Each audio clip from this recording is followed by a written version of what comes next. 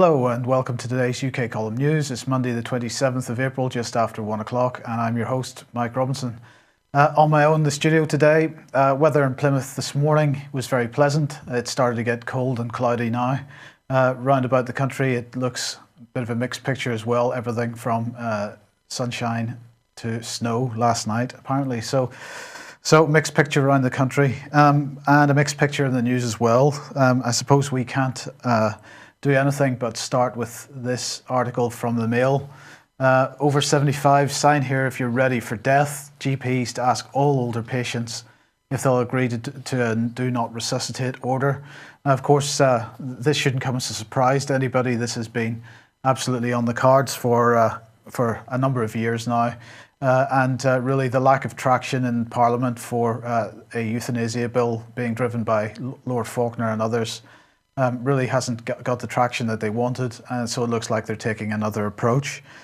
So what are they saying here? That new NHS guidelines are going to urge GPs to draw up end-of-life plans for over 75s, and it's also going to apply to younger patients if they've got serious conditions, for example, cancer. Well, it's being described by the Mail here as extraordinary new guidance. I don't think it's extraordinary at all. And one of the points that they make towards the end of this article is that nurses are warning that the Liverpool Care Pathway, which was supposed to have been abandoned because it had got such bad publicity, in fact hasn't been abandoned. It was just renamed and continues. So this is a pretty significant article. As usual, the language from the quotes in the article itself are very mild. Roy Lilly, a health policy analyst and former NHS Trust chairman, told the Mail, it will give some older people the impression that no one wants to bother with them. It looks as though they're being told, you're old. How do you want to die because you're in the way? And of course, that's exactly the message that has been promoted by the government for a number of years now, and not just by the government, by some others as well. Now, we published an article in 2011 called Exploring Euthanasia, Government Destruction of the NHS, and really we did what nobody's allowed to do. Of course, we mentioned Germany in the 1930s because, of course, they had their Action T4 programme, but the point we were making here was how that programme began, because although that ended up as a euthanasia programme, it was at the beginning named the Charitable Foundation for Cure and Institutional Care, and we were basically comparing that to the National Institute for Clinical Excellence, and perhaps some similarities into where the NHS management are going. And we just reminded people that to reassure, well, I'll just quote a little bit from the last paragraph of this. To reassure the German people about T4, the German government carried out a campaign of propaganda to change public opinion to be in favour of euthanasia. Leaflets were produced, posters and short films pointing out the costs of maintaining asylums for the incurably ill and insane, until gradually the practice became more and more widespread. Recent research based on files recovered after 1990 give a figure of at least 200,000 physically or mentally handicapped people who were killed by medication, starvation, or gas chambers between 1939 and 45 under that programme. Similar type of thing going on, in my opinion. Okay, last week we mentioned this article from the Mises Institute, and they were talking about the continuing attack on cash, and this time they were talking about JP Morgan Chase, and they were saying that there was a new policy from Chase restricting borrowers from using cash to make payments on credit cards, mortgages, equity lines and car loans, and they were also prohibiting the storage of cash in safety deposit boxes. Well, there's an article out today or over the weekend from Switzerland. It's not in English, so you won't be able to read it directly, but it is pointing out that banks in Switzerland are beginning to run negative interest rates, and maybe this gives a clue as to why people are not going to be permitted to store cash in safety deposit boxes, because of course the banks don't make too much money on that. So this article here pointing out negative interest rates in Switzerland, and therefore people are being restricted from removing cash from their accounts in Switzerland, and they're pointing out that this particularly applies to pension funds, and it's actually costing pension funds quite a lot of money to hold cash in a bank account at the moment. So the war on cash continues. But there doesn't seem to be any restriction on cash if you are a political party, because all three of the political parties have been receiving donations from hedge funds. And this is this article here from Schools Week talking about two leading hedge fund managers having donated to David Laws, the Lib Dem. Well, in fact, the Lib Dems have received £70,000 in donations for the election from hedge funds, £71,000 to the Conservative Party. Labour have taken less than the others, but they've still taken £12,000 from these two. And this is from Harris Foundation, who's Lord Philip Harris from Peckham, and he targeted Conservative candidates wanting to hold onto seats in marginal constituencies. And then there's also John Wood, director of privately owned hedge fund SRM Advisors, who has given £50,000 to Nicky Morgan's campaign in an attempt to help her retain her vulnerable Loughborough seat.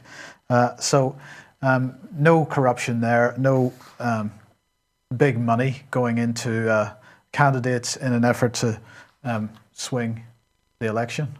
It's really difficult for independent candidates to deal with this because, of course, all this big money going into the mainstream candidates, they really have no chance. They get no opportunity on the mainstream press to present their arguments.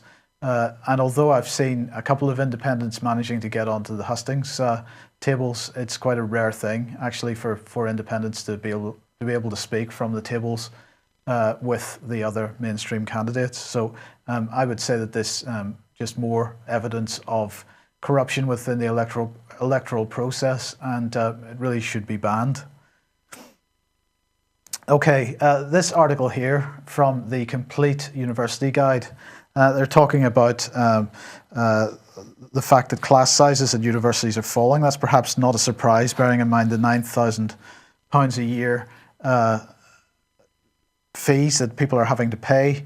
But the article, when it appeared in the mainstream press, was really being presented as an attempt to encourage people to go to university, because they're basically saying that student satisfaction has also increased alongside this, because with less students being there, in fact, universities are also investing in better facilities. So I think this is really this article. The article as it appeared in the mainstream press, as opposed to what the Complete University Guide is saying, really promoting, they've highlighted a couple of features in an effort to promote universities to people and get people resubscribing to their £9,000 a year debt, plus of course living expenses. But anyway, an interesting little fact anyway, that the fees are having the desired effect. Now, last week we mentioned the TPP, the Trans-Pacific Partnership. Mark Anderson on with us on Wednesday talking about this, and we mentioned the fact that there was going to be a fast track, an attempt to give President Obama the power to go and make his deal with the free traders without actual congressional oversight. In other words, what was going to happen is that he is going to arrive to Congress with a deal done and presented to Congress. Well, they actually won't even get to see the full deal. They're just going to have to rubber stamp it. But anyway, a Senate Select Committee, this is the House Ways and Means Committee, has voted 25-13 to let this pass. So this is the first stage in Obama winning his fast track permission. So they now, what was really interesting about this vote was that it was the Republican Party which voted for it. The Democratic Party, which is Obama's party, of course, voted en masse against this, and actually the Democratic Party absolutely coming out against Obama at every opportunity at the moment, because they have finally worked out what he is and what he represents. But in the meantime, Obama very critical of anybody that happens to criticize his actions on the TPP. He is saying that any critics of TPP don't know what they're talking about. He's saying that they're dishonest, that they're playing to fundraisers and so on. And he was particularly critical of Elizabeth Warren, who's the senator who's been particularly driving efforts to bring back Glass-Steagall in the United States, which is the splitting up of the commercial and investment banks. And then Obama really getting pretty angry about this, continuing to compare. When he's comparing people to anybody that criticizes this whole thing to Sarah Palin, so he's clearly got his back against the wall, but with the criticism. But nonetheless, he did manage to get this through the Senate, but only with the support of Republicans. Okay, advert time again. Of course, this Friday, we've got this common law event in Nottingham. Please get along to Ye Olde Trip to Jerusalem pub in Nottingham, where everybody is meeting. Tom Crawford, who is fighting the banks in order to retain ownership of his property, having successfully paid off a mortgage, although the bank claims that he didn't because they changed its mortgage terms without telling him. Is in court on the same day. So that's going to be a very interesting day, a very interesting event. Anything could happen. Do get along to it if you can. And just a reminder that the following day, also in Nottingham at the Savoy Cinema, is going to be another pre-release showing of The Great British Mortgage Swindle. So if you haven't seen this, any of the pre-release versions of this, please go along and support that if you can. And also, please don't forget that we have our own little video on Tom Crawford and also the fact of the corruption of court documents and the court procedure rules. Guy Taylor taking a starring role in that as well. Do go and have a look at that YouTube link, and please promote this as far and wide as possible. And I also would like to, sorry, apologize for that, pressed the wrong button. Just want to show the AV6 video to give me a breather, and we'll be back in about a minute or so. And so I've been watching and watching and watching, and 9/11 was just an incredible mind control event. You know, it was apparent to me then, as it is today, that people are literally mind controlled, that they're not actually thinking for themselves. Most of us are simply regurgitating. We live in a bubble. And a lot of times, until you remove yourself from that bubble, you don't even know you're living in a bubble, in a kind of an information prison in the West. But these guys have got a lot of money, and we complain about McDonald's and all that sort of thing. Do you know why they've got so much money? Because we fucking buy their shit. So it's time to stop it. People say to me, where do we go? What's the first step? Stop supporting the companies that don't give a shit. Be who you are. Don't police your thoughts and don't police your expression. Express yourself, but work for something positive. Express yourself in a positive way, Create a better world because you're in it. Now, what is your legacy that you leave behind? Is the world better because you were here? Or is it worse because you were here? Or did you just not participate? Because you have to participate, you really do.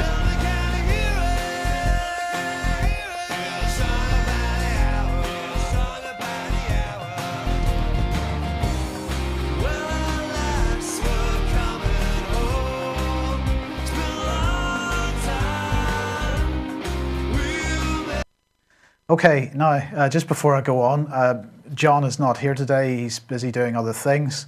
But I just wanted to offer my thanks because John has been a spectacular help over the last week and a half while Nick has been off sick. I mean, actually, he's gone beyond the call of duty, actually, in helping us. So I just wanted to pass on my thanks to John Shackleton for doing that. And I also want to thank a couple of people that have made financial contributions in the last couple of days. A very generous £100 donation made over the weekend. Thank you very much to everybody that has done that. Right, moving on. Who elects our judges? Are they elected? I don't think so. Who appoints them is perhaps the appropriate question. And in fact, this article in the Telegraph really sort of calls into question the quality of those appointments. And once again, so here we have Judicial Conduct Investigations Office have said that 4 judges have left their roles after what is described as wholly unacceptable conduct. So they've been using official computers to watch pornography. I do wonder about people that aren't able to even wait until they get home before they do this kind of thing. So this was Lord Thomas of Kim. It's a Welsh word. I do apologise. I can't even pronounce that. so Lord Thomas, the Lord Chief Justice, Chris Grayling, had investigated allegations against the men, and they concluded that it was absolutely inexcusable that the use of court equipment was used to view pornography. Now, what they did say was that none of this pornography involved children, so that's one thing at least, but nonetheless, 4 judges having to resign. Well, what can you say about that? In the meantime, well, this is the NSPCC head, Peter Wanless, speaking out over Lord Janner. So the pressure on the Janner thing continues. And once again, an article here starting, pressure is mounting. Well, I can't imagine how the pressure could mount much further, because it really is, it must be at breaking point by now. So Alison Saunders continuing to say that she won't let Lord Janner stand trial. But this is Peter Wanless, who is apparently so angry according to the Independent here, at the decision, that he has sent a stinging letter to Ms. Saunders. And what has he done? Has he called for Janner to be prosecuted? No, he hasn't. What he has called for is for a no-fault trial of facts instead. Now, a no-fault trial of facts means that he could not be found innocent or guilty, but a court would decide the facts of the case and whether any offences had been committed. So no innocence or guilt is what is being called for by Peter Wanless. Now, let's not forget that this is the same Peter Wanless who last November was asked by the Home Office to have a look into whether files had been, whether there'd been actually a cover-up within the Home Office, and of course, he said that he could find no evidence of such a cover-up, no evidence at all, and yet here we are, the Mirror once again pointing out that the Home Office had lost a file from 1986 on Janner. So you got to ask the question, what is Peter Wanless thinking? And will he actually stand up for a proper inquiry? Will he stand up for people to be prosecuted? And will he stand up for the children that he's supposed to represent? I haven't seen any evidence of it so far. And indeed, one of those victims has said that he's going to seek a review of the decision not to prosecute Janner. And one of the interesting things in this article is that apparently Alison Saunders has now written to all the alleged victims of Janner and said that they can ask for a review of her decision. Now, we can imagine how that review might end up, but hopefully everybody concerned with that will write to her. And the situation not any better north of the border, because the Scotsman here reporting that in fact the inquiry in Scotland into the allegations of historic child abuse and institutional child abuse is equally not progressing any further. So this is Education Secretary Angela Constance was supposed to name the chair and outline the remit of the inquiry in a statement in the coming week, but in fact isn't. So what can we do? We got to make sure that some of these people that are standing for election understand the implications of what's coming for them if they actually win their seats, I think is the thing to do. And in Nottingham, let's not forget that continuing allegations that the child sex exploitation that's happening there, sex exploitation I don't think is a terribly good term, the child abuse which is happening there is continuing. But of course the BBC presenting this as being an Asian problem as usual. Let's not forget that it's not an Asian problem. It is an Oxford problem. All communities in Oxford involved in this. And in fact, the Oxfords, as we've been saying, since 2010, Oxford's child protection community doing nothing to protect children in Oxford.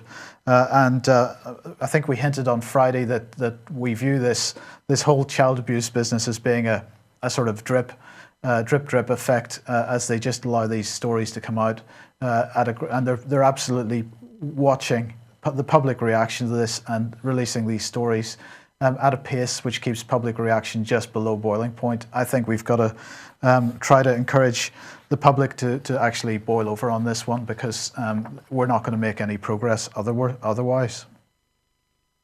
Right, we've got a slightly shorter news than today than normal, because I'm on my own. I do apologise for that. But I just wanted to end up with this article from The Guardian. Labour to call on Michael Heseltine if it wins. Now, Heseltine, of course, we know was former Deputy Prime Minister. He is a Conservative Party member. He's been Defence Secretary, Home Secretary, and so on, I believe. So he has done the job. But apparently, the Labour Party would like him to advise them if they would become form the majority of the next government. Now, this is not unprecedented. It happens quite a lot in the United States, where people that are considered experts in their field are asked to come and contribute to a sitting government. But I haven't heard this type of thing. Certainly not somebody of the history of Michael Heseltine being asked by an opposing party to come and advise them. At least not in Parliament, because of course let's not forget that it was Kenneth Clarke who took Tony Blair by the hand and brought him over to the Bilderberg conference in order for him to get his assessment for whether he should be the next British Prime Minister. And in fact, they shared expenses on that trip. So I don't know whether they shared a hotel room, but they certainly shared expenses and had to admit to that in Parliament. So it's not unheard of that there seems to be that there's some cross-party pollination in this way. But certainly, I believe the first time that a prospective government has openly announced that they're likely to choose somebody from the opposing party to advise them. We really are heading for a one-party state. Okay, and on that note, we'll end for today. We'll have a guest on tomorrow. I'm not quite sure who that's going to be just yet. And I will see you tomorrow. Thanks for joining us, and have a great day. Okay, bye-bye.